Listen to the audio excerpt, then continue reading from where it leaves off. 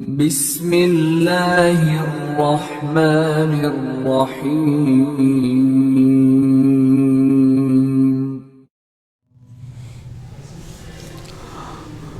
وسلام علی عبادہ الذین اصطفیٰ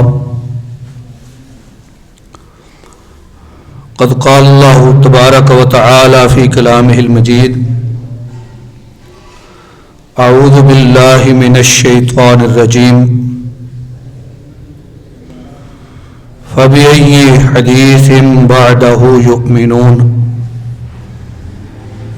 صدق اللہ العظیم۔ سب تعریفیں اللہ رب العالمین کے لیے،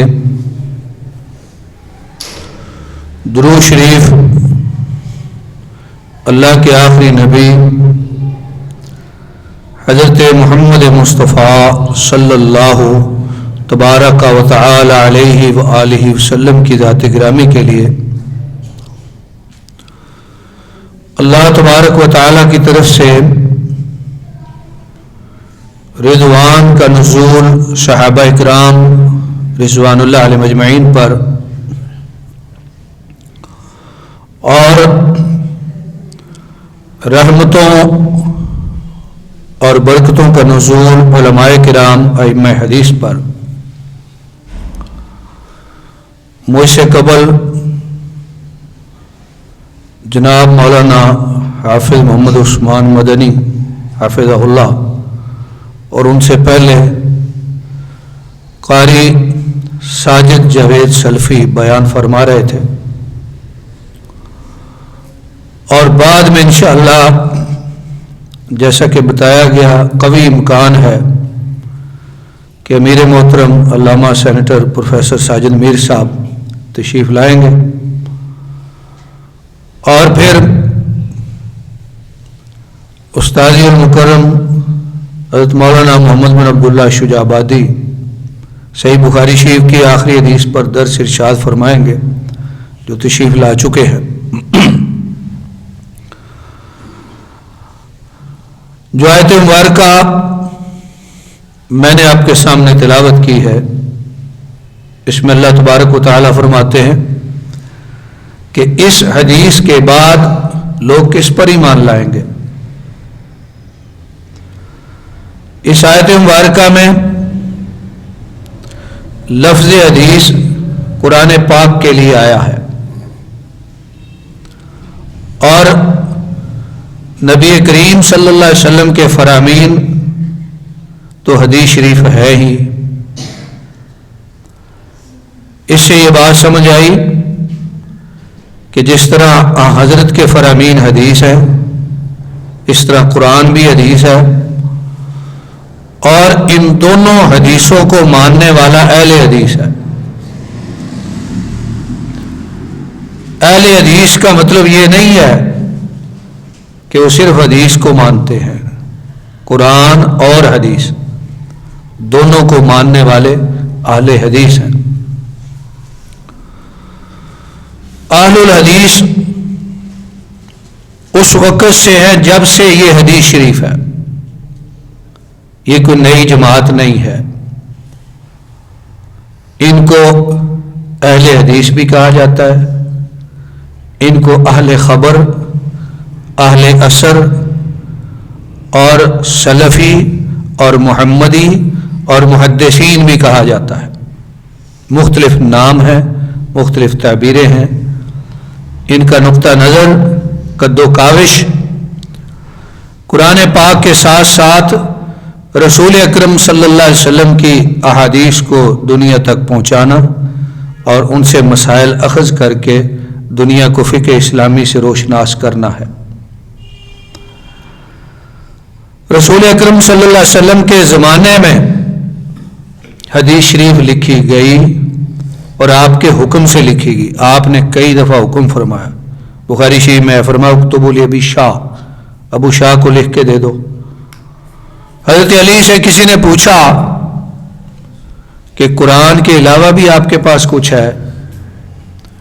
فرمایا نہیں، سوائے اس کے الا ما فی ہذہ الصحیفہ، سوائے اس کے یہ جو میرے پاس ایک کاپی ہے، ایک رجسٹر ہے۔ ساتھیوں نے پوچھا اس میں کیا ہے؟ فرمایا اس میں دیت کے احکام ہیں، اس میں قصاص کے احکام ہیں، اونٹوں کی عمریں ہیں۔ یعنی قصاص و دیت کے حوالے سے میں نے اس میں رسول اللہ صلی اللہ علیہ وسلم کی حدیثیں لکھی ہوئی ہیں، لہذا یہ بات ثابت ہوتی ہے کہ صحابہ کرام حدیثیں لکھتے تھے۔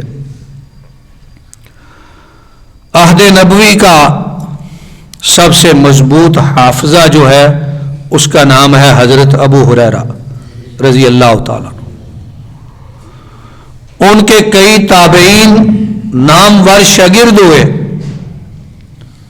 اور یہ تو آپ جانتے ہیں کہ سب سے زیادہ حدیث انہی سے مروی ہے۔ ان کے ایک شاگرد حضرت حمام بن منبہ نے اپنے استاد حضرت ابو ہریرہ سے جو حدیثیں سنی وہ ایک کتاب کی شکل میں لکھ دی۔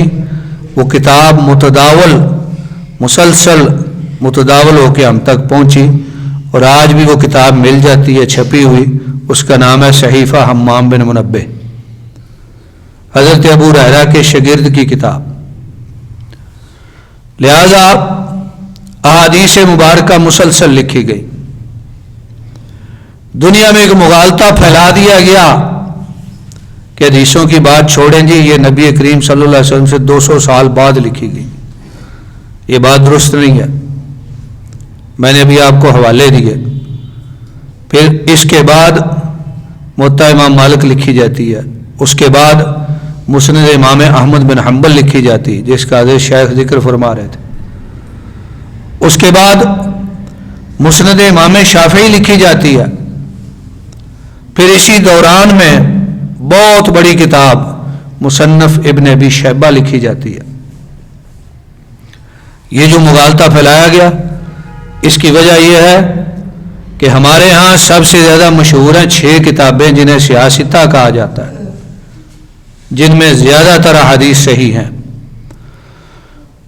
ان 6 کتابوں کے مؤلفین مرتبین تقریباً ایک ہی زمانے میں ہوئے، اور وہ زمانہ نبی کریم صلی اللہ علیہ وسلم سے 200 سال بعد کا ہے۔ اس کا یہ مطلب نہیں ہے کہ ان سے پہلے حدیثیں نہیں لکھی گئیں۔ آئیے سیاستہ میں سب سے بڑا درجہ یا اس سے بھی بڑھ کر جو علماء امت کے ہاں معروف قول ہے وہ یہ ہے کہ اصح الکتب بعد کتاب اللہ، اللہ تعالیٰ کی کتاب قرآن پاک کے بعد کتابوں میں سب سے صحیح کتاب صحیح بخاری شریف ہے۔ اس صحیح بخاری شریف کے مؤلف کے بارے میں جو مجھے موضوع دیا گیا چند باتیں عرض کرتے ہیں۔ ان کا نام ہے محمد بن اسماعیل بن ابراہیم بن المغیرہ، مشہور ہوئے بخاری نسبت سے اس لیے کہ ماوراء النہر کے علاقے میں بخارا ایک قدیم شہر ہے، آج بھی آباد ہے، وہاں کے رہنے والے تھے، اس لیے بخاری کہلائے۔ 13 شوال المکرم 194 ہجری میں بخارا میں پیدا ہوئے محمد بن اسماعیل۔ اور یاد رکھنے کی بات یہ ہے کہ ان کے والد اسماعیل بھی بڑے عالم تھے اور محدث تھے۔ ان کے والد محدث اسماعیل امام دار الہجرت، جن کا بھی آپ ذکر سن رہے تھے، حضرت امام مالک رحمہ اللہ کے شاگرد تھے۔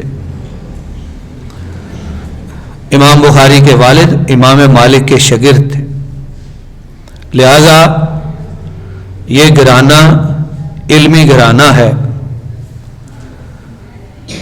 علم کے ساتھ ساتھ محدث اسماعیل کو تجارت سے بھی شغف تھا، اور اسی کو انہوں نے اپنا ذریعہ معاش بنایا تھا۔ بیٹے محمد بن اسماعیل کی عمر بہت چھوٹی تھی کہ جب والد صاحب اس دنیا فانی سے کوچ کر گئے، وفات پا گئے، لیکن جاتے ہوئے ایک بات وہ یہ کہہ گئے تھے کہ میرے مال میں ایک پیسہ بھی شبے کا نہیں ہے، ایک پیسہ بھی شبے کا نہیں۔ یہ بڑی مشکل بات ہوتی ہے اور بہت بڑی ہے۔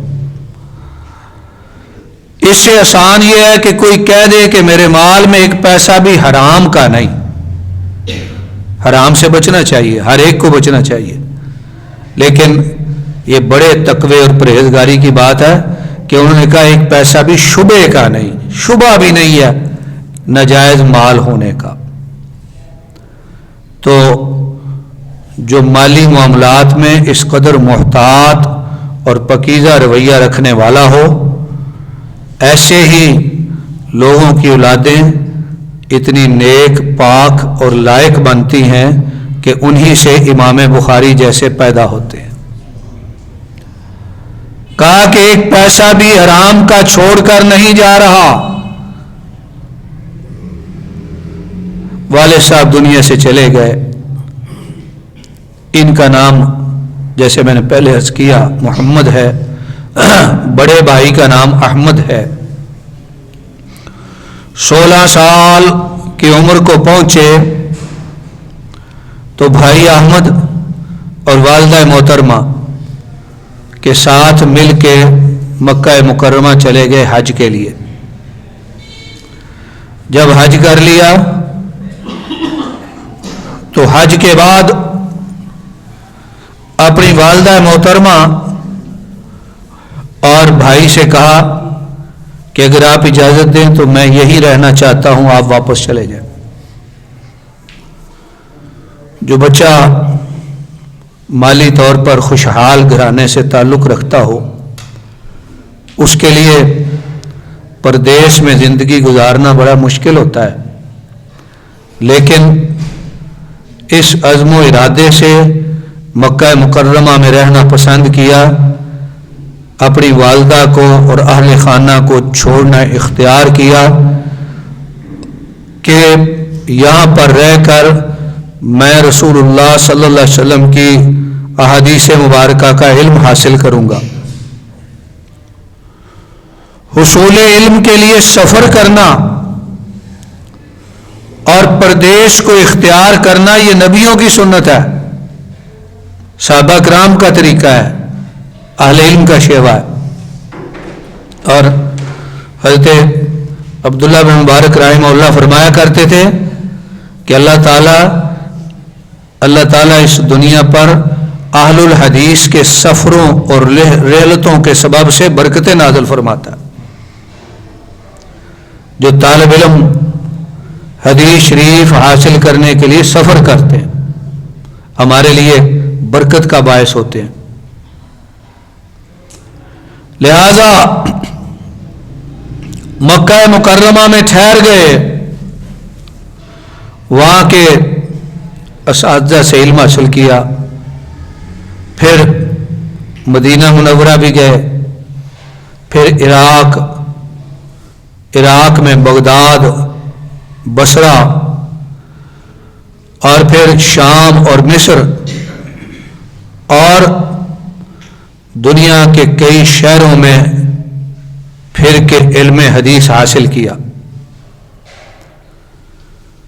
امام بخاری رحمہ اللہ نے سچی لگن اور محنت کے ساتھ علم حدیث میں رسوخ حاصل کیا۔ علامہ ابن حجر نے فتح الباری میں لکھا ہے ایک خواب کا واقعہ کہ حضرت امام نے دیکھا تھا خواب میں کہ رسول اکرم صلی اللہ علیہ وسلم کی مجلس ہے اور میں آپ کے قریب کھڑا ہوں، وہ پنکھا لے کے، جو ہاتھ والا پنکھا دیہاتوں میں ہوتا ہے، وہ پنکھا ہلا ہلا کے میں مکھیاں ہٹا رہا ہوں۔ اہل علم سے تعبیر پوچھی گئی تو بتایا گیا کہ تمہیں اللہ یہ توفیق دے گا کہ رسول اللہ صلی اللہ علیہ وسلم کی طرف منسوب ضعیف اور من گڑت حدیثوں کو اور باتوں کو تم آپ سے دور کرو گے۔ اور اس سے پہلے اگر ہم بچپن کی طرف ایک دفعہ پھر لوٹتے ہیں تو یہ بات بھی سمجھ آتی ہے کہ بعض نے لکھا پیدائشی طور پر اور بعض نے لکھا کہ بعد میں کسی بیماری کی وجہ سے آنکھیں بند ہو گئی تھی، بصارت ختم ہو گئی تھی، نظر نہیں آتا تھا، نابینا ہو گیا تھا۔ جس طرح والد محترم صاحب علم اور نیک اور پرہیزگار تھے، اس طرح والدہ محترمہ بھی بڑی نیک اور صالحہ خاتون تھی۔ انہوں نے دعائیں شروع کر دی۔ ایک دن ایک رات بڑی گڑ گڑا کے دعائیں کی، یا اللہ میرے بیٹے کو اگر بصارت لوٹا دے تو میں اسے تیرے دین کی خدمت کے لیے وقف کر دوں گی۔ دعائیں التجائیں پروردگار عالم کے حضور کر کے سو گئیں۔ خواب میں حضرت ابراہیم علیہ السلام کی زیارت ہوئی، انہوں نے بشارت دے دی کہ تمہارے بچے کی نگاہ لوٹ آئی ہے۔ لہذا صبح دیکھا تو وہ نابینا محمد بن اسماعیل بینا ہو گئے تھے۔ اس لیے میں یہاں یہ بات عرض کروں گا کہ جہاں والدین کی نیکی اور تقوی اور پرہیزگاری اولادوں کی تربیت پر بہت اچھا اثر ڈالتی ہے، وہاں اولادوں کے لیے والدین کی دعائیں بڑا اثر رکھتی ہیں۔ اپنی اولاد کے لیے دعائیں کریں، نیک دعائیں دیں، اچھی دعائیں دیں، بد دعا نہ کریں۔ جتنا بھی تنگ کریں برداشت کریں، صبر کریں، تحمل برداشت۔ اگر آپ نے بد دعا دے دی، ان کو لگ گئی، کوئی نقصان ہو گیا، پھر ان سے زیادہ آپ نہیں پریشان ہونا ہے، آپ کے بچوں کا جب نقصان ہوگا۔ اسے جس قدر ہو سکے برداشت اور دعا۔ حصول علم میں بڑی توجہ اور لگن سے متوجہ ہو گئے، بڑے بڑے اساتذہ سے علم حاصل کیا، بڑی بڑی درسگاہوں سے فیض پایا، اور پھر اپنے اس ارادے کی طرف آ گئے جو صحیح بخاری شریف کی صورت میں ظاہر ہوتا ہے۔ اس کتاب کے حوالے سے عرض کرنے سے پہلے جہاں والدین کمال پرہیزگاری اور تقوی والے تھے، وہاں حضرت امام بخاری خود بھی کمال پرہیزگاری والے تھے۔ فرمایا میں نے ساری زندگی کسی کی چغلی نہیں کی،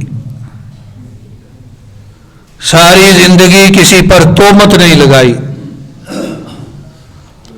اور کثرت کے ساتھ تلاوت قرآن، عبادت اور ذکر الہی میں مشغول رہتے تھے۔ اور علامہ ابن حجر نے فتح الباری میں حضرت امام کا یہ عجیب قول ذکر کیا، فرمایا کرتے تھے کہ میں دعا بہت کم کرتا ہوں، اس لیے کہ میں جو بھی دعا کرتا ہوں اللہ میری پوری کر دیتا ہے، تو مجھے یہ ڈر ہوتا ہے کہ مجھے اللہ صاحب کوئی دنیا میں ہی نہ دے دے، اس لیے مجھے زیادہ نہیں مانگنا چاہیے، خاص طور پہ دنیا کا معاملہ، تاکہ اللہ میرے لیے آخرت میں بھی اجر و ثواب رکھے۔ اس طرح کے مستجاب الدعوات تھے،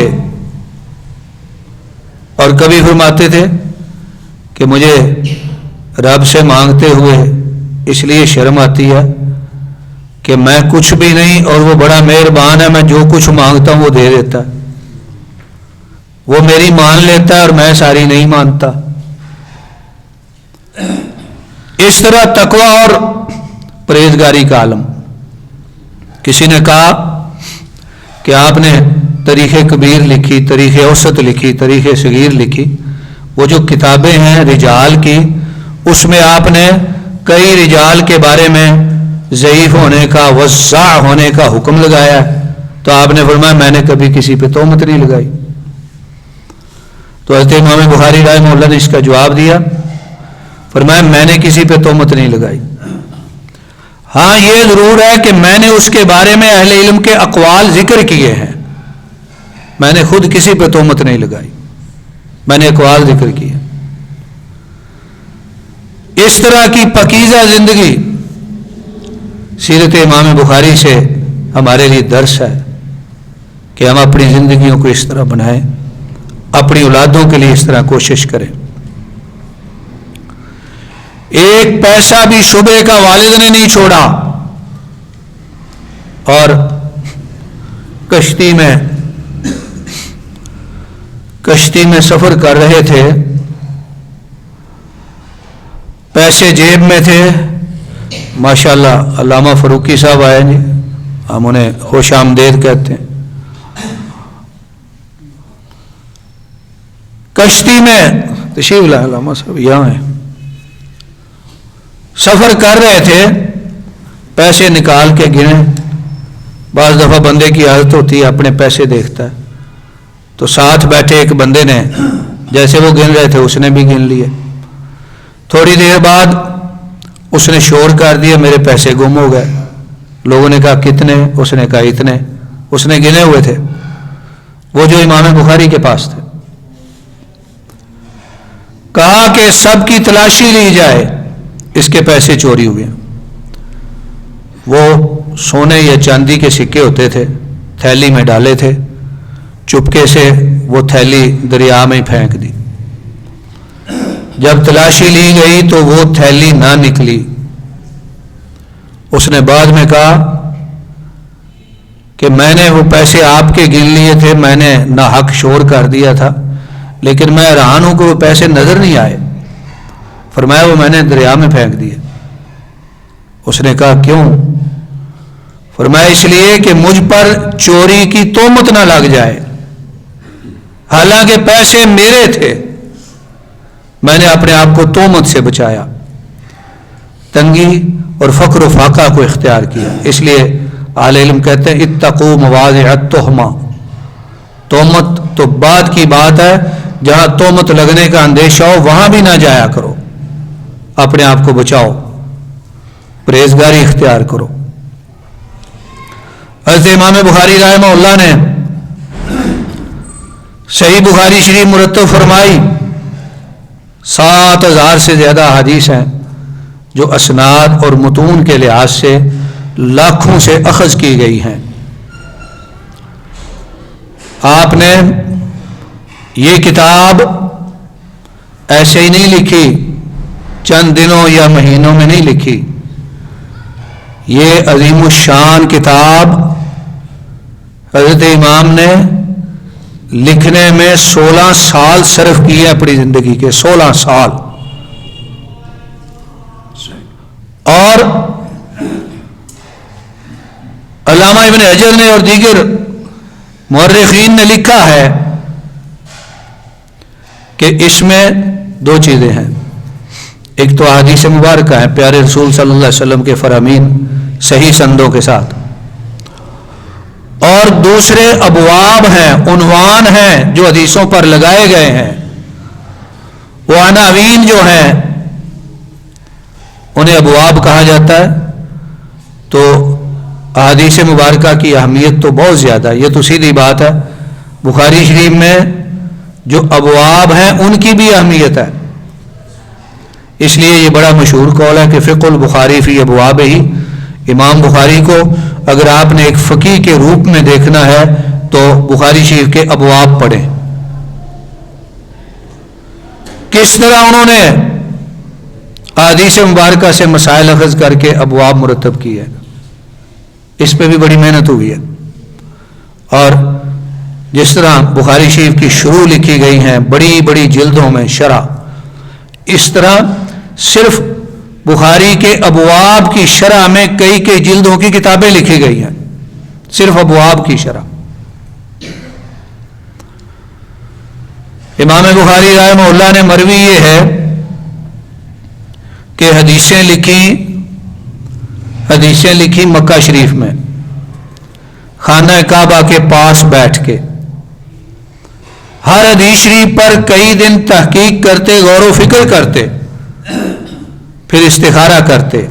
جب وہ اس نتیجے پہ پہنچتے کہ یہ صحیح ہے، مجھے اپنی کتاب میں درج کرنی چاہیے، تو پھر بیت اللہ شریف کے قریب جاتے، زمزم کے پانی سے وضو کرتے وہاں 2 رکعت نماز ادا کرتے اور کعبۃ اللہ کے سامنے حتیم کے قریب بیٹھ کے، مقام ابراہیم اور حتیم کے قریب درمیان میں بیٹھ کے وہ حدیث شریف لکھتے۔ ایک ایک حدیث اس طرح لکھی، اور جب ابواب کی باری آئی تو مدینہ شریف چلے گئے، وہاں بھی یہی طریقہ ابواب کے حوالے سے اختیار کیا، اور وہ مقام، وہ پیارا مقام جس کے بارے میں جناب کا ارشاد ہے کہ جو جگہ میرے گھر اور میرے منبر کے درمیان ہے، یہ جنت کے ٹکڑوں میں سے ایک ٹکڑا ہے، روضۃ من ریاض الجنہ ہے، حج والے عمرے والے جاتے ہیں، اس جگہ کی زیارت کرتے ہیں۔ اللہ تعالی ہم سب کو بار بار اس کی توفیق عطا فرمائے۔ جب ہم وہاں جاتے ہیں تو مسجد نبوی شریف میں آگے منبر کے پاس الٹے ہاتھ ہم دیکھتے ہیں کہ وہاں پہ قالین کسی حد تک سبز مونگیا رنگ کے، وہ ہے ریاض الجنہ کا مقام۔ وہاں پہ بیٹھ کے آپ نے ابواب لکھے، لہذا یہ 16 سال کی محنت ہے۔ آپ کی زندگی میں ہی اس کتاب کی شہرت دنیا میں پھیل گئی، اور لاکھوں لوگوں نے آپ کی زندگی میں آپ سے یہ خود کتاب پڑھی۔ یہ بات بھی اپنی جگہ ثابت ہے کہ بڑے لوگ، محنتی لوگ، اصحاب علم و فضل جو بھی ہوں جہاں بھی ہوں، ان کے ساتھ حسد اور بغض کے معاملے بھی ہو جاتے ہیں۔ لہذا امام بخاری رحمہ اللہ کے ساتھ بھی یہ ہوا۔ حالانکہ جس شہر میں جاتے تھے لوگ شوق دیدار کے لیے امڑ آتے تھے۔ امام مسلم رحمہ اللہ کا بھی بڑا درجہ ہے۔ صدق اللہ العظیم۔